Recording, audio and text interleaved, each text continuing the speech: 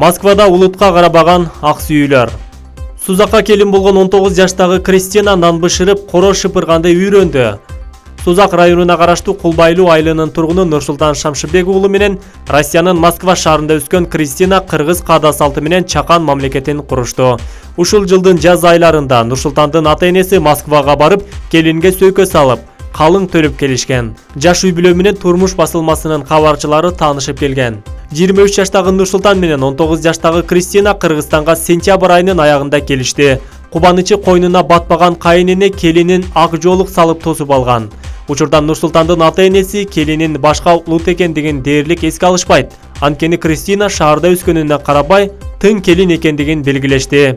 Кайыненеси айтпаса да эрте туруп королорду шыпырган Кристина 2 күн мурун тандырга өз алдынча нан бышырганды үйрөнүп алган.